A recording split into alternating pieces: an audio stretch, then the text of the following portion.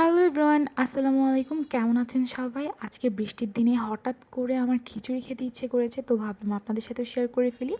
আমি কিন্তু সবসময় খিচুড়িটা রাইস কুকারে করার ট্রাই করি, যাতে ঝটপট একটা খিচুড়ি মেক হয়ে যায়।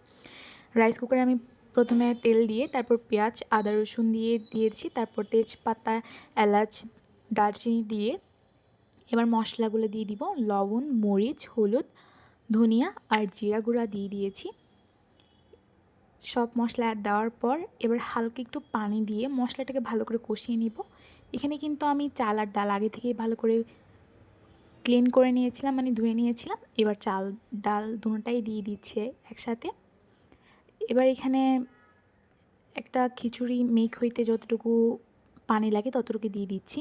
আমি যেহেতু লেটকা খিচুড়ি খাই না, তার জন্য এখানে জাস্ট নর্মাল খিচুড়ি করেছি। আর উপর দিয়ে কিন্তু আমি কাঁচামরিচ দিয়েছিলাম যাতে ঝাল ঝাল হয়। আর আজকে আমার খিচুড়ি মেক হয়ে গেছে। And tata.